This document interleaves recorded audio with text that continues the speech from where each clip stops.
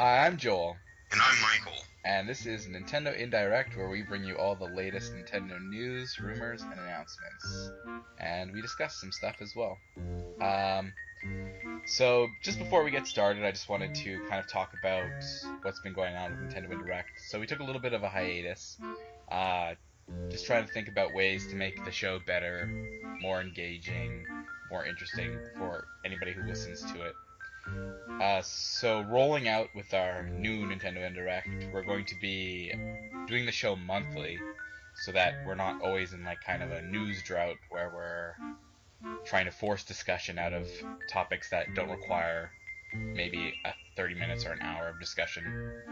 Um, so by making the show monthly, it will really kind of make each show have a lot of bang for its buck, I guess. And besides that, we're also going to be doing kind of special shows whenever the news calls for it. So, for example, like yesterday, the investors meeting happened, or briefing happened, I guess. So when kind of things like that happen or announcements like that happen, you can expect us to do Nintendo Indirects like immediately, just to kind of get the news out there, talk about it, show our feelings. So it'll be quite the interesting ride from here on out. Anything to add, Michael? No, I think you covered it quite well. Alright. So, like always, we'll just jump right into the news.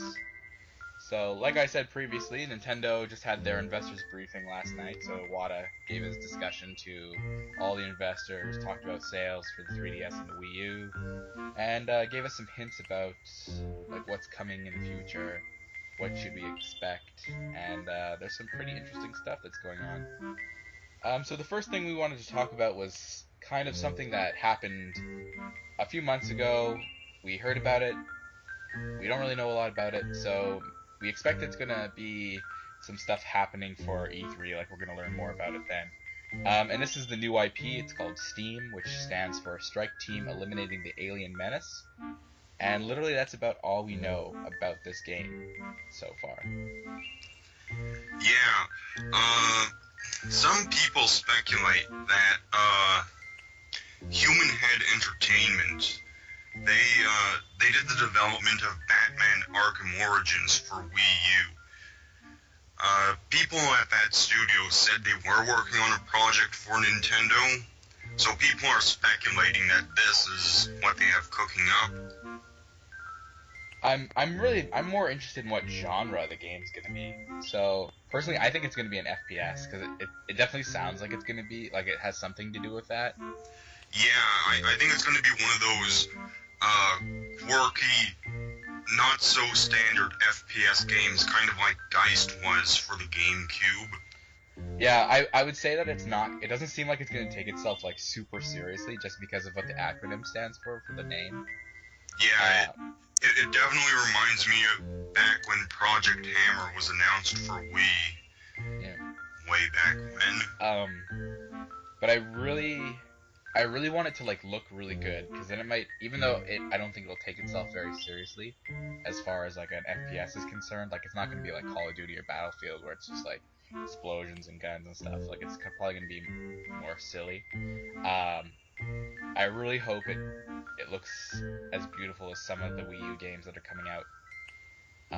Do that do does Uh, do I, I'm a bit hesitant to go that far, because I think with a name like that, I'm expecting something with a bit more of a realistic aesthetic to it. So, I mean, with Mario Kart and 3D World, you can really make the game look really good because it has that cartoony design. But Yeah, but I want the textures to at least be like really good, you know? Like I'm not sure what they'll be able to kind of pump out or anything like that, but well, I mean, it really comes down to how much effort they put into it. I mean, if it is for Wii U though, like I feel like it needs to be a pretty decent amount of effort.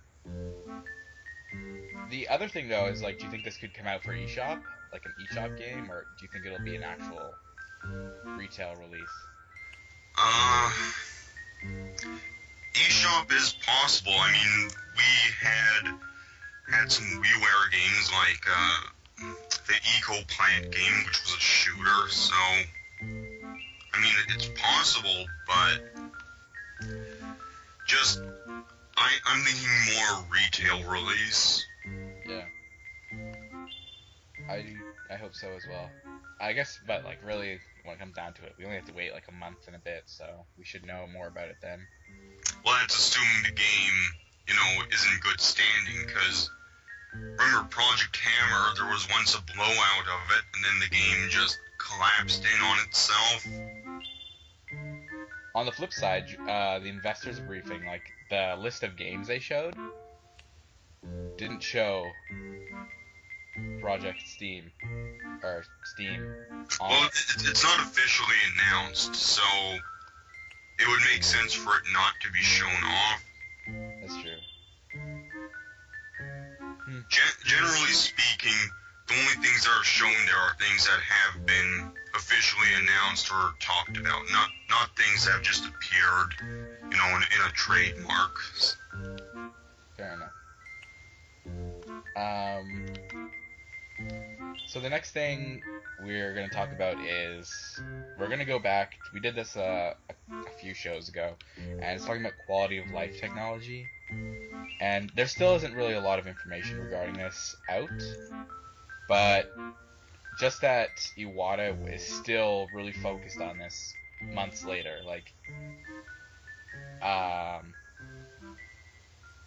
And this is a big part of what's going to be at E3 is probably going to be specifically showing what the quality of life kind of announcement is regarding.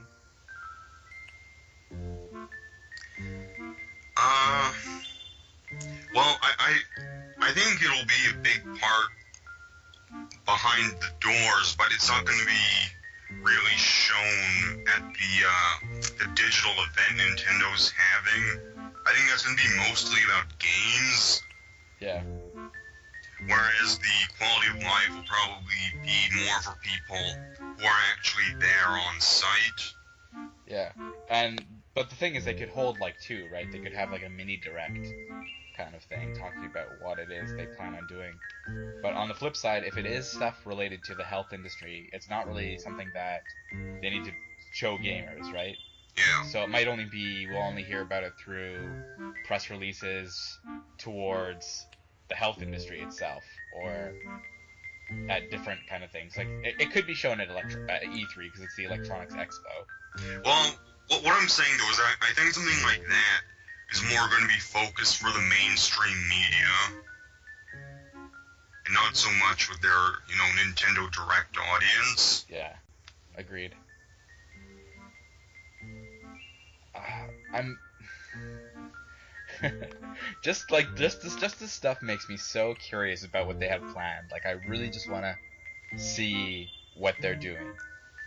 And I know we don't have a long wait, but it's just really gets me inside. Like it just drives me. Yeah, and with that company acquisition for $100 million, I mean, something is cooking, so... The company wasn't named though, was it? No, we have no idea what it is. Maybe we should do some digging afterwards. I doubt we'll find anything. You think it's a private deal? Well, I mean, even if there was something to be found, it wouldn't be in English, so... That's true. We'll use my top-notch Nihongo translation skills. Just kidding, they're very, very poor. So, one of the biggest announcements through the investors briefing was that Nintendo is planning to roll out this new quote-unquote platform, and that is called NFC, which... NFP? NFP, that's right, yeah, sorry.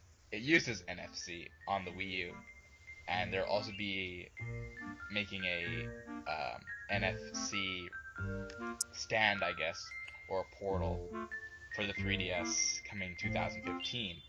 So NFP stands for NFC Featured Platform and Nintendo Figurine Platform. So pretty much literally this is Skylanders / Disney Infinity, but with Nintendo characters. And if you ever listen to the show, like, you know that I'm very into collecting physical merchandise. Like, from where we're recording right now, I have 2 shelves just packed full of action figures and figurines and gachapons of all this Nintendo stuff. And I have pretty much always wanted this to happen. Since Skylanders started, I've come up with dozens of ideas on how Nintendo could utilize NFC figurines for different games. One of which Michael even loved, which was for Custom Robo. So that tells you how successful this could be, is that Michael loved the idea. Well, Custom Robo just lends itself naturally to that concept. Yeah. Because of all the customization you do in it. But I think really like the whole NFP system, like Nintendo's IPs as themselves lend to this. Like I spend a lot of time on forums, like talking, like discussing like Nintendo merchandise basically, and like finding new things and finding rare things and just talking about what's new and what's coming out and all that.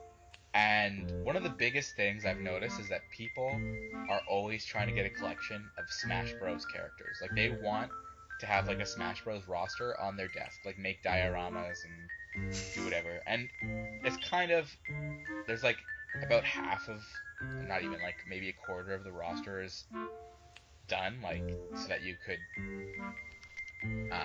basically just use it or have it on your desk. Like we have the Figma Samus and the Figma Link. Figma Zero Suit Samus will be coming out, the Figma Pit. Then you have like the SH Figure Arts Mario and Lucario coming out later on this month. And you have the D Arts Charizard from before, and I guess the D Arts Mewtwo if you want to be like really, like if you want to go back to Melee. But that is something that people are always really, really into, and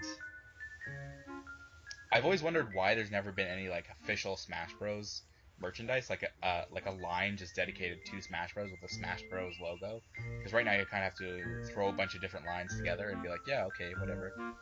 I think the issue is probably all the different companies that would have to get involved. I mean, yeah, the Pokemon company is just, at least as far as I understand, really hard to deal with.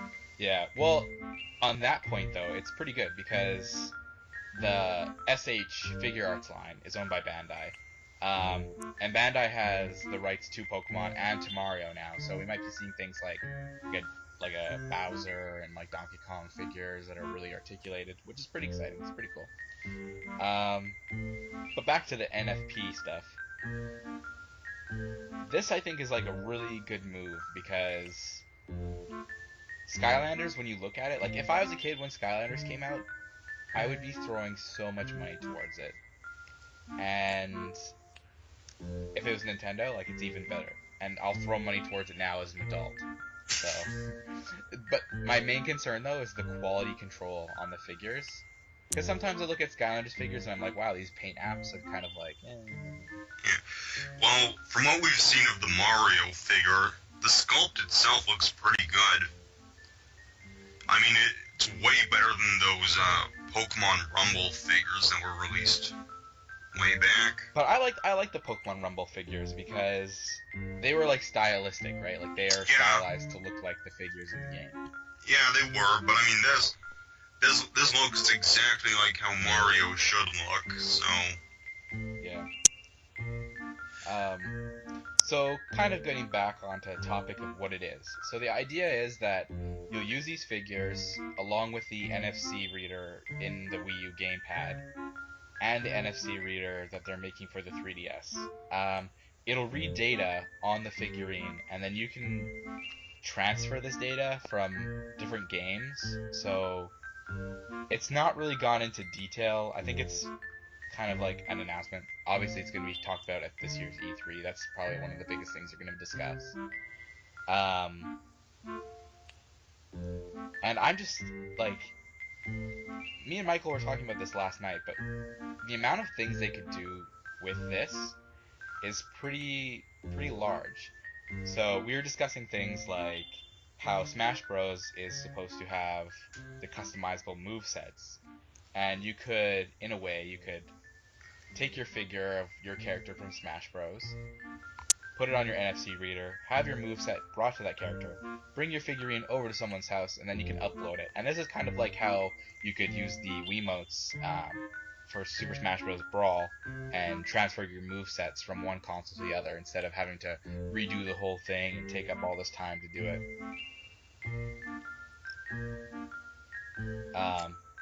And Michael, for example, was talking about how you could do some things with Mario Golf or like other Mario sports games, but I'll let him talk about that. Yeah, well, back with the old Game Boy Color Mario Golf and different sports games in general, there would be an RPG mode where you had your character and you'd level up their stats, so they get better drive, better ball control, things like that.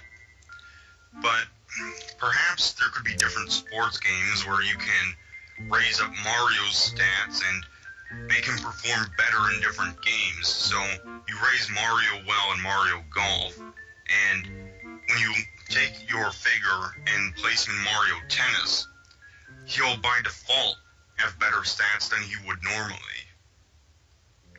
Yeah. Small things like that. I'm just really, I'm really interested in seeing how much data the figurines can actually hold, because will you be able to use the figurine for like a spread of different games, and then say like it'll have save data on it from like Mario Kart 8 or like save data on it from Super Smash Bros. Or like save data. Well, on save it data blah, blah, is blah. pretty small as it is, so be a potential for a lot. That base looks pretty hefty, so Mm-hmm. just throw a big old chip in there. I mean, the figure itself doesn't look that big. I'd say the base is probably only slightly bigger than a Toonie. I don't know. I think they're gonna go with like it has to compete with Skylanders and Disney Infinity. So I think the figures are gonna probably be about maybe 3 or 4 inches tall. Mm-hmm. Yeah, I think that would be a decent size for them. But I think the key, though, is also keeping prices low. Yeah. Because, I mean, if you have to shell out $10 for one figure... I don't know what the going rate for Skylanders is. I think it's like $12 for a figure. Mm-hmm. Something like that. But, one of the other things that we kind of discussed last night is like, is this kind of a look at what Nintendo plans to do? Like, are we going to be getting more games that are focused on like a multiverse, like bringing all the Nintendo IPs together? So something like Disney Infinity, where you have the Toy Box mode, where you can play as Samus and you can jump around in the Mushroom Kingdom, or like you can play as Link and be in Sky World fighting Hades' army, like things like that, right? Yeah, kind of. Because, I mean, if they do make a Samus figure or a Link figure, does it really make sense to make them if they only work with one game? Because the whole point of the NFP is to work with multiple different games. Yeah, I don't know, because like it always seems like Nintendo's been pretty conservative about mixing franchises together. Like, you have small cameos here and there, but really the only game that brings characters from different franchises together is Smash Bros. Mm-hmm. So I wouldn't really expect there to be more games that focus on like this combined universe. But on the flip side, you look at how popular Smash Bros is, and like how well a lot of the characters actually mix together. Like when you watch like the Smash Bros. Brawl cutscenes, for example, right? Like the Subspace Emissary cutscenes, you realize like how well like most of these characters mesh together. So Yeah, I mean, of course, the risk is that if you make every game a crossover, suddenly Smash Brothers isn't so special anymore. yeah, it kind of all like bleeds out, you know, like and how the figurine is actually just a 3D render at the moment. I'm wondering if they're going to keep it like that. Like that's just Mario's like default look. But I'm wondering if they'll go something more like Disney Infinity, where they take all these characters and give them their own like unified appearance. I don't think so. You don't think? No. And that's even if they even go cross franchise. We could just be getting all Super Mario related figurines for all we know. Well, in the briefing, Iwata says that this is really the first step in utilizing their character IP. So, I think it's important that they keep the characters looking like how they're meant to look. I don't think it's really that big of a deal though, because like you look at Mario and you already have several different ways that he looks. Like you have like regular Mario, you have Super Smash Bros. Like hyper realistic Mario, you have Paper Mario. But look at the new Smash Brothers. He doesn't have that hyper realism anymore. No, and I think that's just a style choice. I don't think it was really any like decision. But the thing is, like Mario still exists in all these incantations. Like you still see him often in publications and stuff like that shown as 8-bit Mario. Like I guess knowing all these different kinds of versions of him are just how it is, you know? But on the flip side, though, Mario, he's kind of the exception to the rule, though. I mean, look at Samus in Smash Brothers. She always looks like how she looks in a Metroid game. Yeah. And you've got the Zelda characters. They're always faithful to their appearance. But even then, you have like Twilight, like you have the realistic Link, like Twilight Princess, Skyward Sword, less so Link. You have Link Between Worlds Link. You have Toon Link.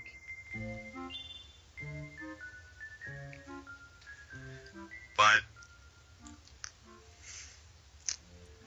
I just think that I'm not like it's not as big as a deal, like because with Disney Infinity, you look at these different franchises, and the way that they look is like dramatically different. Like you have things like Frozen, right, and then you have things like Mickey Mouse. Like they're way out of universe, whereas like as we've already seen in Super Smash Bros, like the Nintendo universe pretty much fits all together because they're more or less similar styles. Well, I mean, and with Disney Infinity too, you have characters that are portrayed by real people like Jack Sparrow, so Yeah. it look pretty odd having a super realistic Johnny Depp figure. Just like creepily staring at you from your shelf. I think it'd be neat to have like a united theme for them, but I think it'd also work because like as another example, like I look at my shelf right now and nothing looks like out of place. Like it doesn't look like this really crazy collection of like different franchises. Like it's not like all these different kinds of toys and stuff like that. Like you look at it and you're like, oh, okay, that's all Nintendo stuff. Like that looks like it all goes together. So yeah, it could work. Is what I'm getting at. Yeah, I think the benefit is that Nintendo characters in general, they don't have very extreme designs. I mean, you have characters from wildly different genres like Mario, Fire Emblem, Metroid, F-Zero, but, there's nothing super crazy about their designs that make one of them look out of place with everyone else. Yeah, agreed. Anything else?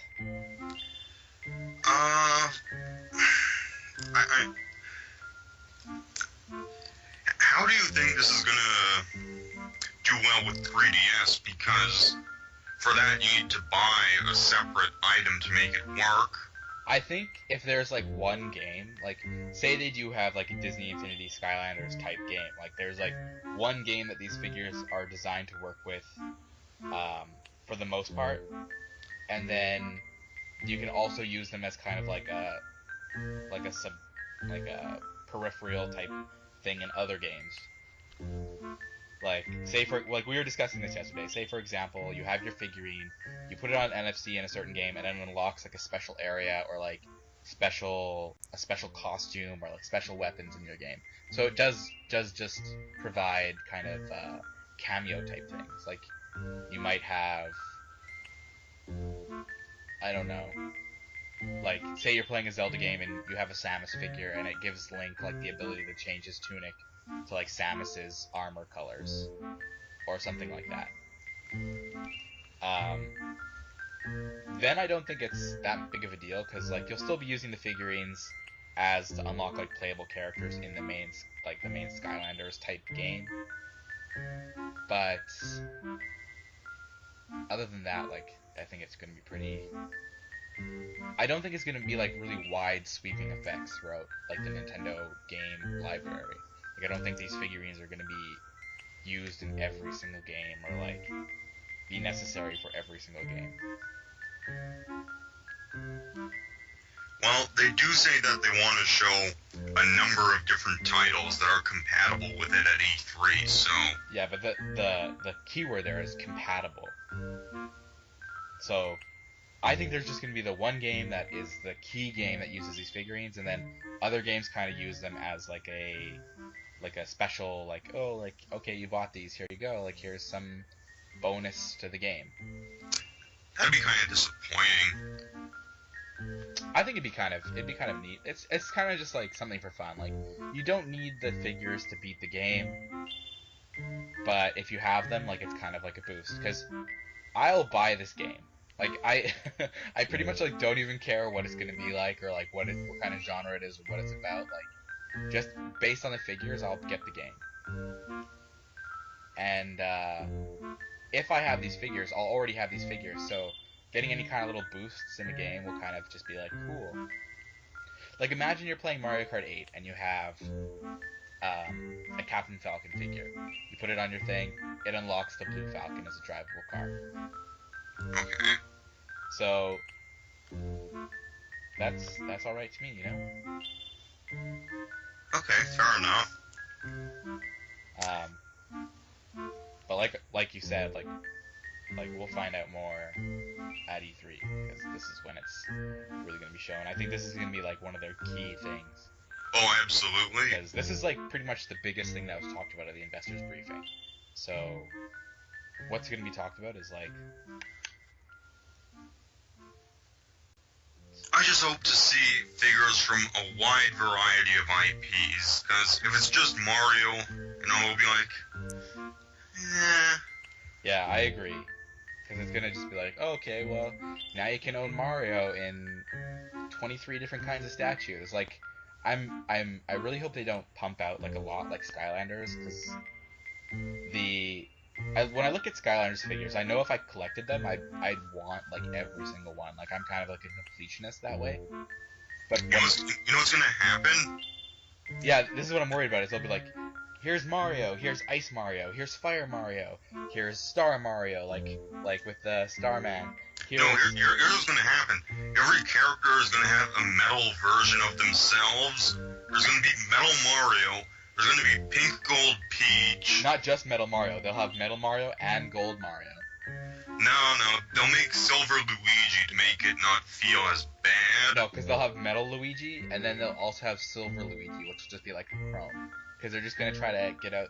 I'm really worried they're just gonna try to like pump out as many different figures, like frequently and like possible, just to like kind of, you know, speed it up. So I'm just worried that we're gonna end up with like 18 figures of Mario. Like here's Tanuki Mario, here's Penguin Suit Mario, here's blah blah blah blah blah.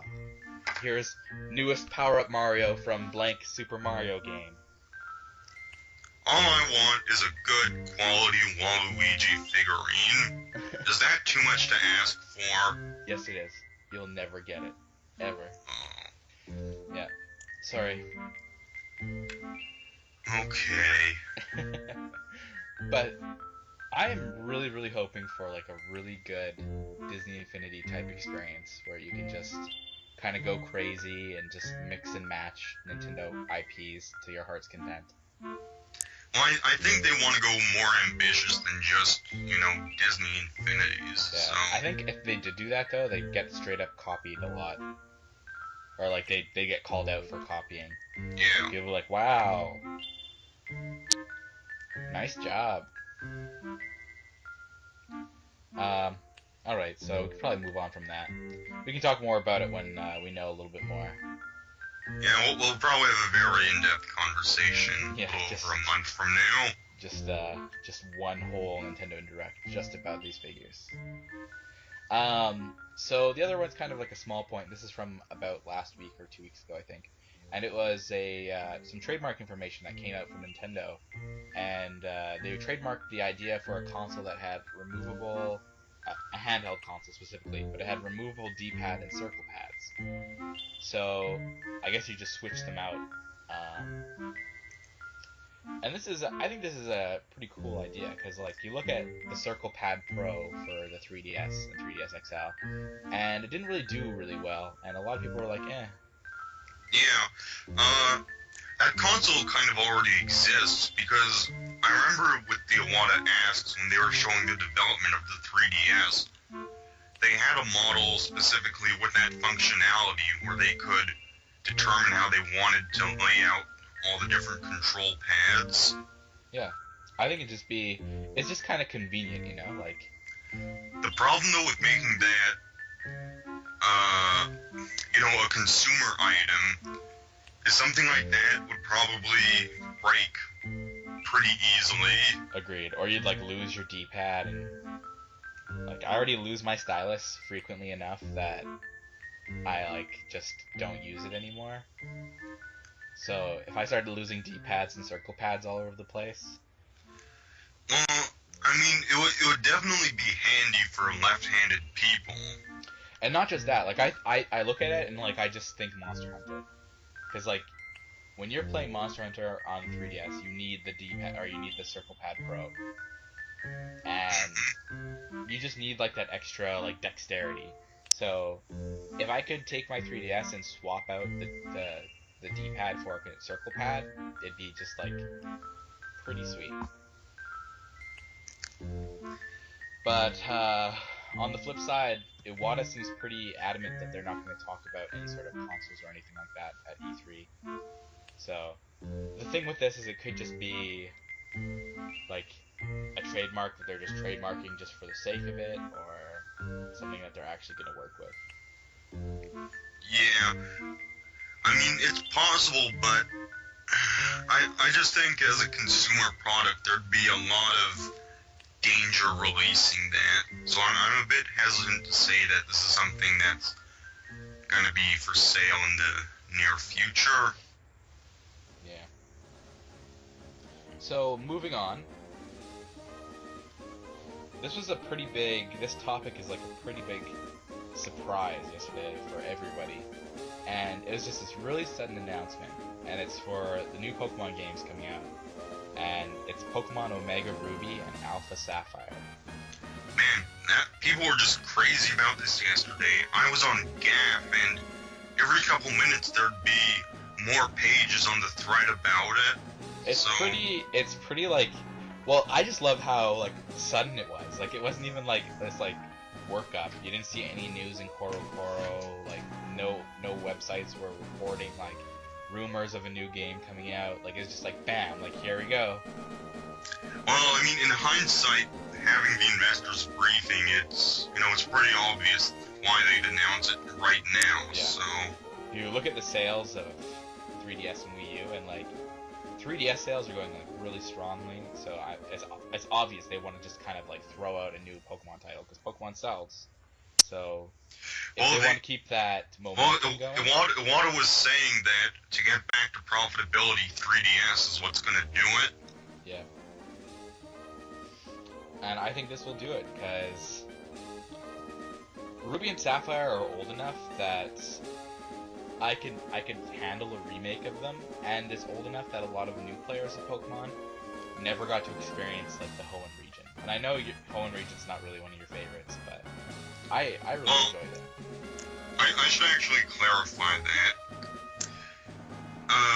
For me, and I think a lot of people too, when the Hoenn games came out, I was kind of at the phase in my life where I'm like, I'm too cool for Pokemon. I was never like that. I was like, yes, Pokemon. I actually remember, because I was in grade 7 when Ruby and Sapphire came out. I guess you would have been too. Yeah. But I was just a person I know just gave me a copy of Ruby, and I played the heck out of that game. Well, I mean, I was done with Pokemon until I was in high school and I saw your game bag with all the different Pokemon games in it. And I was like, you know what? Maybe it's okay for someone like me to play Pokemon. You're welcome. So there's kind of been a lot of discussion regarding these, because the kind of press release video, it's like, discover a whole new world. And it makes it seem like they're going to be different than Ruby and Sapphire. And like talks about how Iwata mentioned how they're going to be complete remakes, he said. Yeah. And I think people are reading into that wrong. I think a lot of people are like, oh, it's just going to be the exact same game remade. But when he says complete remakes, I think it means like it's going to be like a completely new game, just based in the Hoenn region. No, I think you're way off that. You think? I think what's going to happen is it's going to be kind of like Platinum, where how they added the distortion world. I think it'll be more than that. If anything, I expect it to be more like Black and White 2, where it's like this new experience.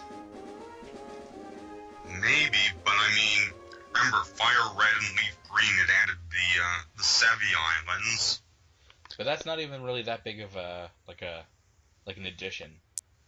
It's not, but it was a whole new area to explore. And remember that Heart Gold and Soul Silver, it added that area with not the Safari Zone. Yeah, it was the Safari Zone. Near Chuck's gym. I don't remember. It's been so long since those games came out. It's been 5 years. Yeah, that's a long time. It feels a lot sooner than that, but it was 5 years ago. Yeah.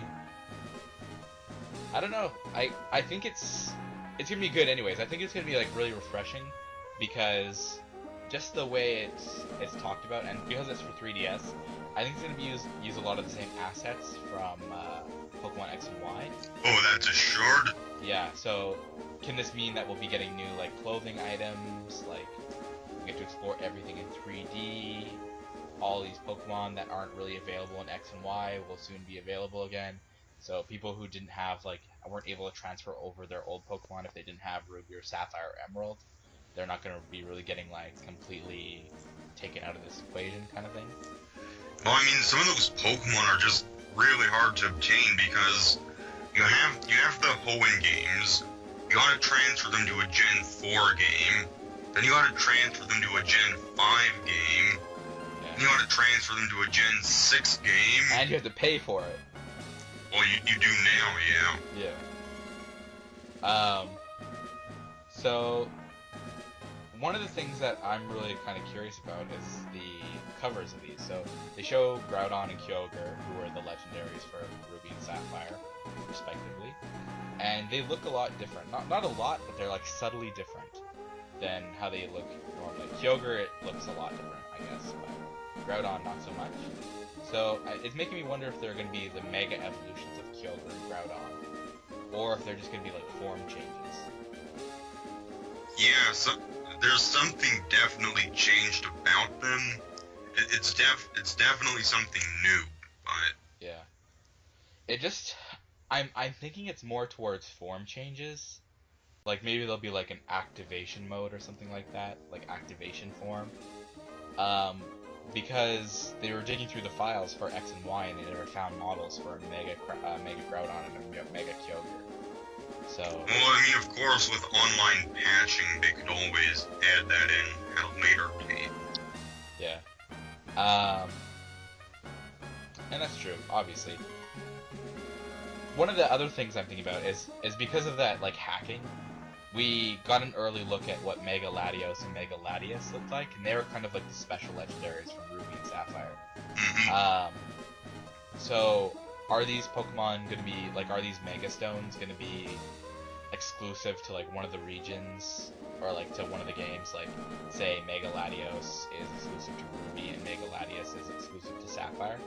Or, they could have something like a game sync, like they did with Black and Black 2 and White 2, where information from your game affects the new game. So, say for example, you have X, which color is blue, and Y, which color is red. So like if you have X, it unlocks um, Latios in your game, or if you have Y, it unlocks Latias in your new Omega Ruby and Alpha Sapphire game. Yeah, I mean, both are possible. Yeah. Like, my assumption with Game Freak is always to assume the less ambitious route, so... Which as they'll just distribute them over Wi-Fi. Yeah. Or it'll be one in one version of the game, and that's all you get. Yeah. And then this is something Michael brought up when we kind of just discussed this a little bit yesterday, and I'll let you go with that. Yeah, well, there are two Pokemon which haven't officially been announced for the game, Hoopa and Volcanion. They're Pokemon number 720 and 721 respectively. And what we were discussing is that while those Pokemon are in X and Y, they're probably going to make one of them exclusive to Omega Ruby and Alpha Sapphire. Because, I mean, how else to convince people to get those games unless there's that one Pokemon you just can't get otherwise? Yeah. I'm still, like, really curious about X and Y, because there seems to be, like, a lot of things that are kind of unexplained in that game so far. So, for example, like, you still have that strange souvenir that you get from the hiker in the hotels. And it's like, this is an item that's not from any of the regions. So maybe Alpha, Sapphire, and Omega Ruby will let you travel to some small region instead. Or you go to the news station, for example, in X and Y, and the news reporter is like, has a note on his desk, and he's like, oh, I traveled into the forest to find some rare, elusive, mythical Pokemon. And these kind of things are really what, like, makes me curious, because they could also make them a lot more connected than Pokemon games usually are, because with the Pokemon transfer, it's a lot easier to bring Pokemon to and from different games. So you could, for example, get an item, say like the strange souvenir. You get this item, and you have to bring it to the Hoenn region, bring it to someone. They give you like another item.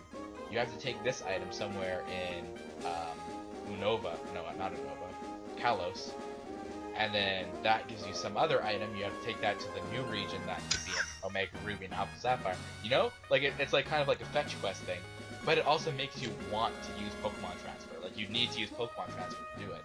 So that could make people still have to pay for it. Of course, there's always the possibility that item will never end up, panning out. Michael! Well, I mean, remember the Azure Flute from Diamond and Pearl? No. You remember that. The item to access Arceus? Oh yeah, you could use that though. Yeah, but you could never get it legitimately. It was in the game, but it never ended up being used. I guess. But I don't know, like, I just hope so. There's just so many different things they could do, and I'm just really hoping that I'm pleasantly surprised. Well, as I say, with Game Freak, set expectations to low. This is how it always works out. Like, I'm always like really like, I expect a lot from games, and you just never expect much, and we're just like complete opposites on that. And then I'm always the one that gets disappointed. Because I know better. So other thing that's kind of, it's not Pokemon Omega Ruby and Alpha Sapphire related, but it is Pokemon related, and it could actually coincide with these, is that something that was shown a bunch of months back, and August of last year, actually. Yeah, that's pretty far. It's a pretty long time ago. It's Pokken Fighters, which was, and this was also what people thought was in that video, that Pokemon video that Pokemon just like teased, and it showed like Blaziken and Lucario just standing next to each other like in fighting stances. And people were like, is this Pokken Fighters? Like, or is this gonna be a fighting game for Pokemon that's gonna be awesome? And so it was just recently trademarked in Europe with another trademark as well, which is Pokken Championship. I thought it was Pokken Fighters Tournament. No, yeah, no, it's just Pokken Fighters, and then there's another one, Pokken Tournament, is what it's called. Okay. Yeah, Pokken Fighters sounds better, I think. Pokemon Fist Tournament. But, well, I mean, the name itself suggests, you know, Pokemon cross Tekken. You think it'll be... Oh, I guess so. I never even thought about that. And, you know, that's generally what most people are assuming with that game. Oh.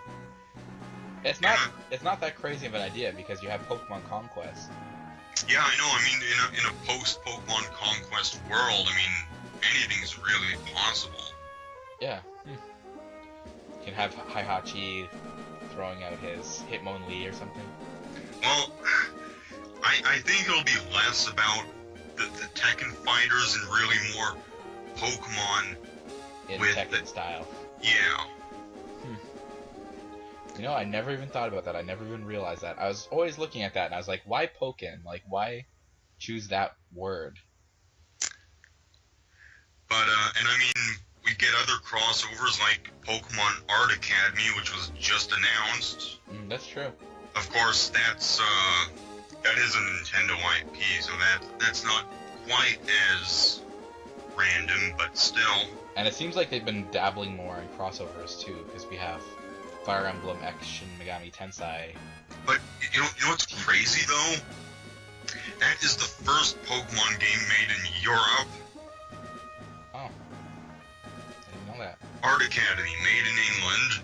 Oh, Art Academy. I thought you were talking about Pokken Fighters. I was like, oh no, we don't. That'd probably be made in Japan, but yeah. Well, it's good. I think Pokemon Art Academy will be really fun because a lot of people always really want to know how to draw like Sugimori style Pokemon, and I think this will really be like the first official kind of way to get into his style.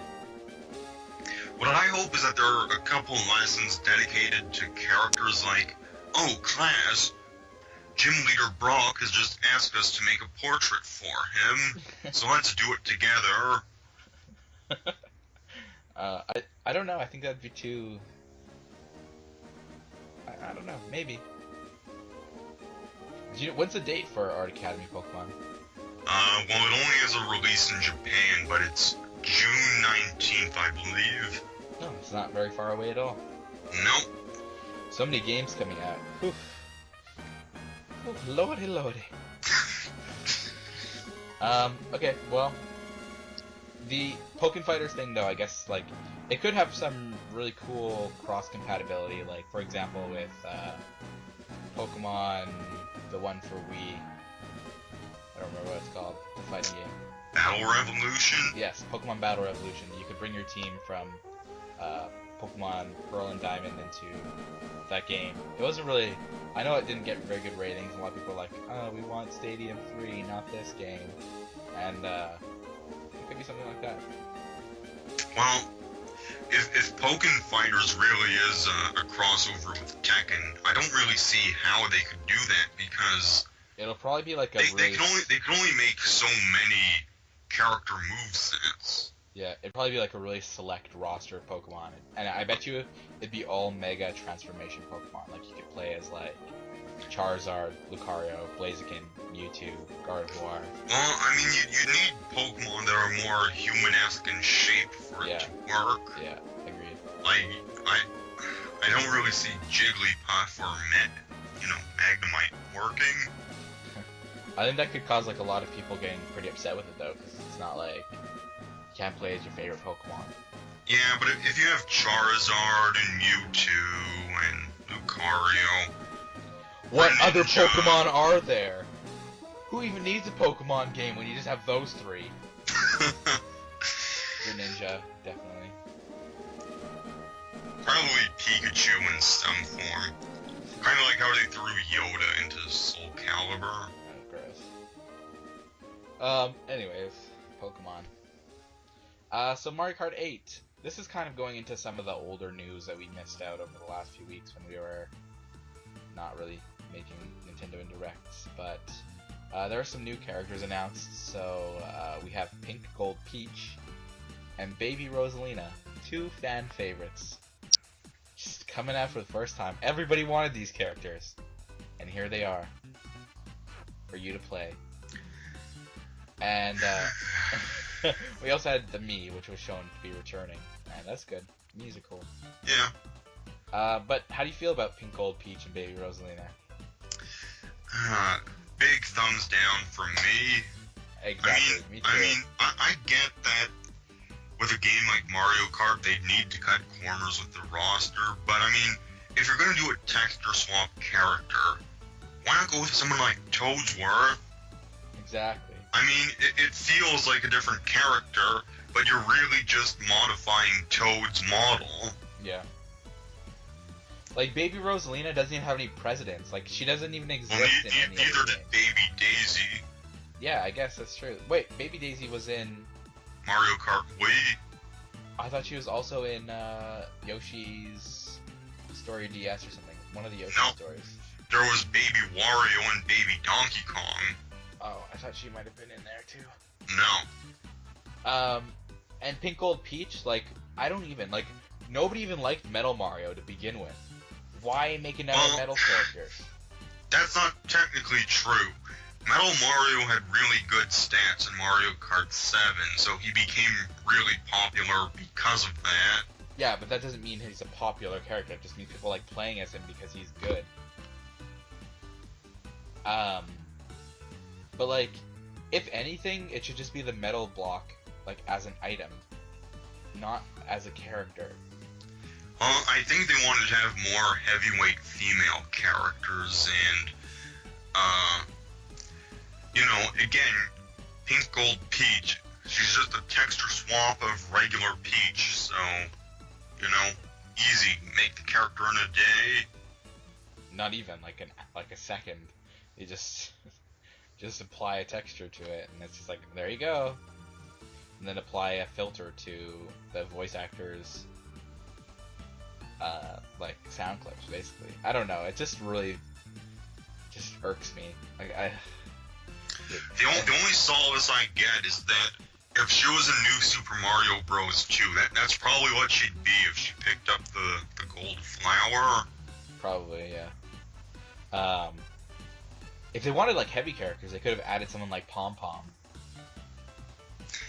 Yeah, I guess but again, that'd take more work, and I guess it's more of like an appeal. Like, how many girls really want to play as Pom Pom? Yeah. Like, whereas you got this fabulous Pink Gold Peach to play as. Why not, right? Just from my own observation, I find that women who play Mario Kart, they either like, you know, your more traditional female characters like Peach or Rosalina, or the cute characters like Yoshi. Yeah. So not even to be sexist or anything. Like, that's just how it is. Really. It's just what I've observed.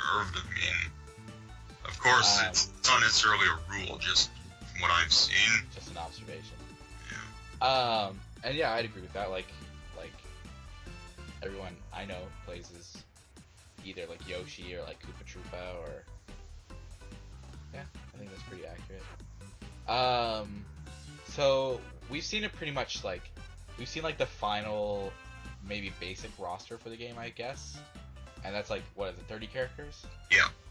But there's also evidence to show that there's going to be more characters that are unlockable. So, for example, in the Spanish Nintendo magazine, this is the official Nintendo magazine, they had like a little advertisement for Mario Kart 8, and it showed a bunch of characters, and it also showed Diddy Kong. And Diddy Kong currently isn't on the list, so we might be seeing some more unlockables. So I don't know. I don't think so. You don't think so? Well, from what people in the press have been saying, everything we've seen, that's all. There's no one else to unlock in the game. I don't know, but they could do DLC characters as well. You never know.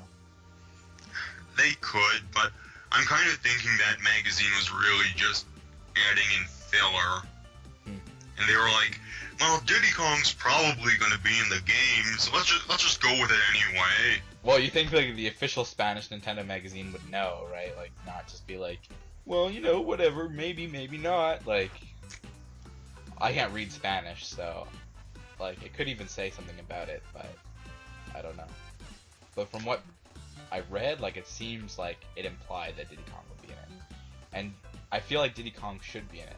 And you never know, if there's more unlockable cards, we could get Cranky Kong.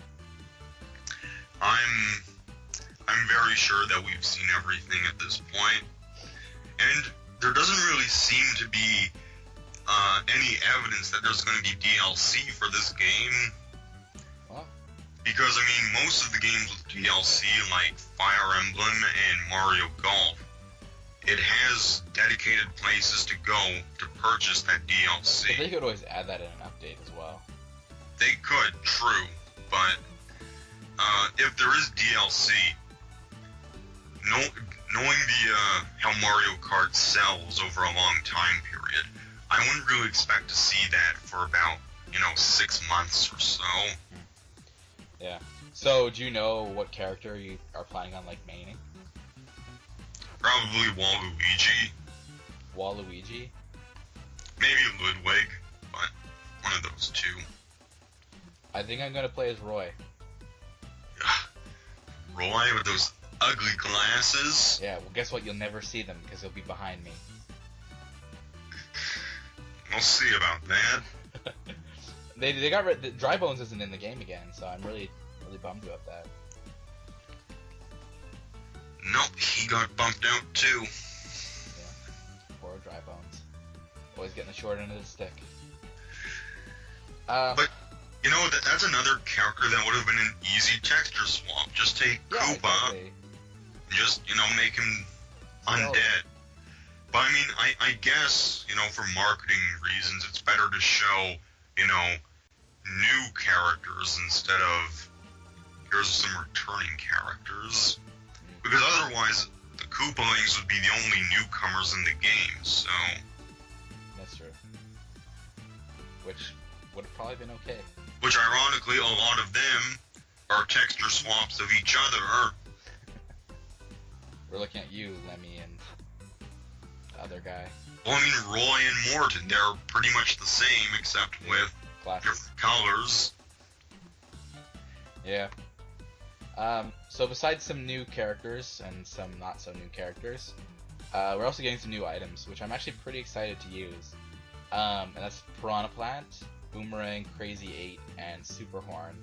So Piranha Plant works, you pick it up, and it's kind of like the Piranha Plant item that you could pick up in Super Mario 3D World, in that it like just kind of chomps at nearby things, and you can collect coins and hit players, and I think block out bananas and stuff like that with it. Yeah, and when it chomps, it gives you a speed boost as well. Oh yeah, that's true, yeah. And the Boomerang, you throw it 3 times, comes back, and you can't use it after that. The Boomerang, it looks like it's hard to use. Like, it doesn't look like it's going to be very useful in like curvy tracks. Like, it's going to be more of like a straightaway. Well, I mean, it's kind of like the green shell. Yeah. You gotta aim with it. You can't just, let it rip. I will, though. There's going to be the Crazy 8, which is basically the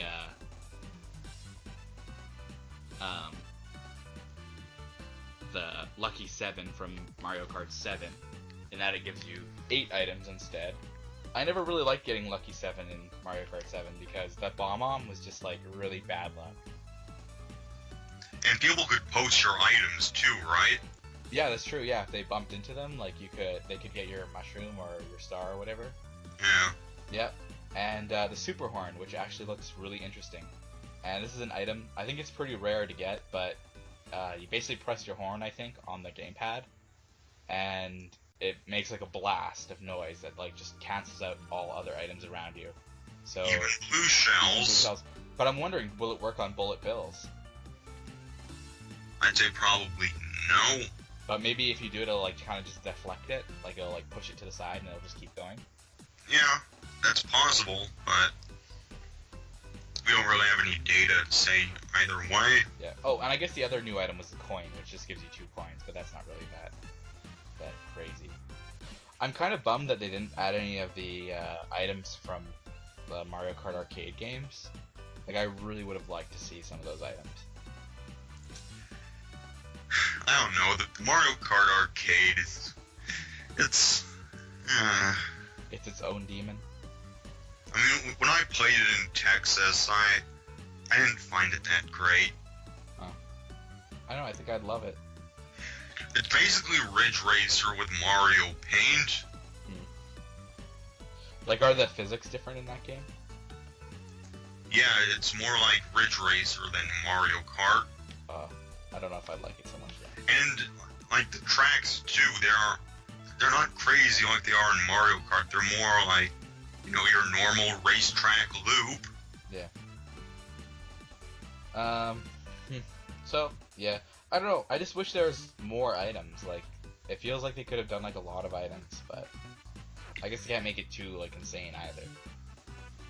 And they have to balance everything out, and like perhaps the most notable missing item is the Super Leaf from 7. Yeah. I really disliked getting the Super Leaf though. Like, it's probably my least favorite item to get in Mario Kart 7. Just because it like locks up your item box and it like slows you down when you spin it, so like it's good for deflecting shells and whatever, but just dragging a shell behind me or a banana behind me is just so much better. Well, in this game you can only hold one item at a time. Yeah, so I was gonna say that.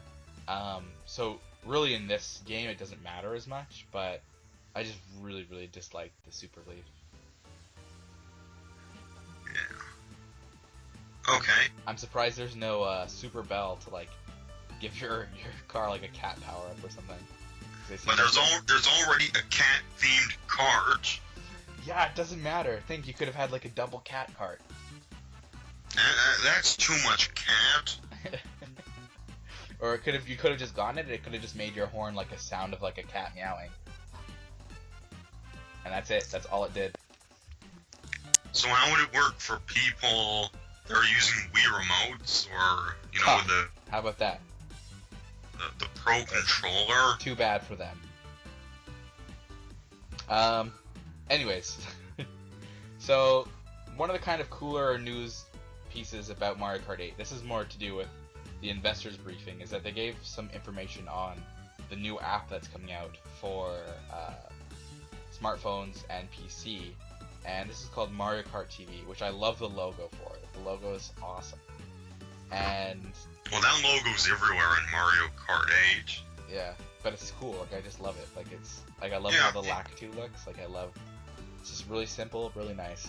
It's a good logo.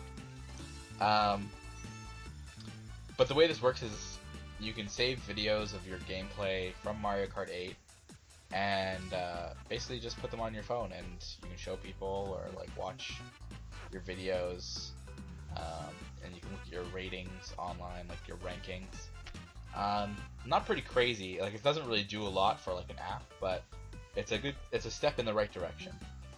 Well, it's just a management app for your videos. Yeah. It's not really trying to be anything else than that. Do you know a lot about how the video editing? I haven't looked at a lot of Mario Kart 8 videos because I've been trying to like kind of like keep things as spoiler free as possible, more or less. So, do you know, like, does it let you like look at everything from like different angles? Yes, you can. Oh, that's awesome. And like you can slow down things and yeah, and you can rewind and this is gonna be so good. And go in slow motion. I'm really excited for that now then, because that looks like it's gonna be cool. I think you can also watch from the perspective of other racers too. And it'll be like a better spectator mode. It reminds me kind of like Halo 3, the theater, when you'd like have matches and you could record them and like watch them from like different angles and like pause it, and like there'd be like explosions happening and be like really like awesome, and you could just like rotate through like every angle. Yeah, there definitely seems to be that type of functionality in this, and you can even upload your videos straight onto YouTube. So, awesome. But Nice. when you upload them to YouTube, you only have a 60 second limit. Oh, So basically just like the coolest things that happen you can upload. Yeah. So I guess people can expect there to be like a lot of uploads of me playing Mario Kart to our YouTube channel in the future. Maybe. Anything else? That's pretty much it for Mario Kart TV. Yeah. All the screenshots of it so far have been in Japanese, so you know, you can't really read it that great. Moving on, we've got some Super Smash Bros. Wii U 3DS kind of news. And this is mostly older stuff again, so stuff that happened during the Smash Bros. Direct. I guess it's 2 weeks ago now? No, it's a month ago now. The Smash Bros. Direct was a month? Yeah, it was April 8th, and we're May 8th. Whoa. Time flies when you're having fun. So a lot of this stuff's already been discussed by other places, and everybody's kind of had their time to let it sit in. But we got some new characters, some returning characters. So returning we have Yoshi, Zero Suit Samus, Sheik, and Charizard. And as a new character we have Greninja, which is the last evolution of the water starter from Pokemon X and Y. One of the things that's kind of like cool about these is that these are separate characters now from their main entries. So like Zero Suit Samus is separate from Samus and her Power Suit, and Sheik is separate from Zelda. And it appears that Pokemon Trainer just doesn't exist anymore, and that it's just Charizard as a character. Well, I mean, with Greninja, do we really need Squirtle? I don't know, because they kind of fill different roles, but I feel like Squirtle would just be like a really watered down, get it? Watered down version of Greninja. Like, because Squirtle's just a turtle, but Greninja's like a water ninja, so... But I mean, they both really have the same role, and I mean, Greninja, you know, at least from the video, looks way more fun to play as than Squirtle ever did. Yeah, it'll be... And I liked using Pokemon trainers, so... I like Pokemon Trainer. I even liked the mechanic. I liked how you could switch out from Squirtle, Bulbasaur, or Ivysaur, and Charizard. Like, I was okay with how that worked. I am gonna miss him, though. Mm. I did like him. I bet you he'll just be like an assist trophy. No, he'll probably be just a Pokeball. And he'll like do his side B where he like goes in his shell and like bangs around a bit and then like goes away. I don't know, I think Squirtle and Ivysaur probably won't show up at all. Because, I don't know, like for the fans of them, it'd be kind of a bitter pill to swallow. I know, but I feel like Sakurai would do that and just be like, like, but it's easy because they could just use the textures from Brawl, right, and kind of up-res them. But, I mean, Roy never appeared as an assist trophy in Brawl. Mewtwo never became a Pokeball Pokemon. Or That's Pichu's wonderful ones with him. Well, it could just do... It'd be like Olimar appearing without Pikmin. Well, you know, whatever. I'm sure he'd make it work. Like, I like the Wonderful 101. It's one of my favorite games from last year, but I just think it's too small time for Smash Brothers. Alright, well, I guess that's a good sentence to kind of leave it off at. So that's pretty much it for our new Nintendo Indirect. We covered a lot, so forgive us for that, but also deal with it. So make sure to subscribe to our YouTube channel, and then you can keep up to date with all of our videos that we're going to be making. I'll probably be putting out some new videos lately or soon, doing some reviews of some merchandise, maybe some other things that we have planned, maybe some Mario Kart 8 TV videos. You like that? You like the sound of that? You can also follow us on Twitter and Miiverse. We don't really talk a lot about on Miiverse, but you can look at the stuff we do. Michael draws a lot of stuff. That's pretty cool. And on Twitter, we just kind of talk about some news. So just follow us on Twitter and Miiverse. Subscribe to us on YouTube, and it'll be good to go. So I was Joel. And I'm Michael. And this was Nintendo Indirect. Thanks for listening. Thank you. Bye. Bye.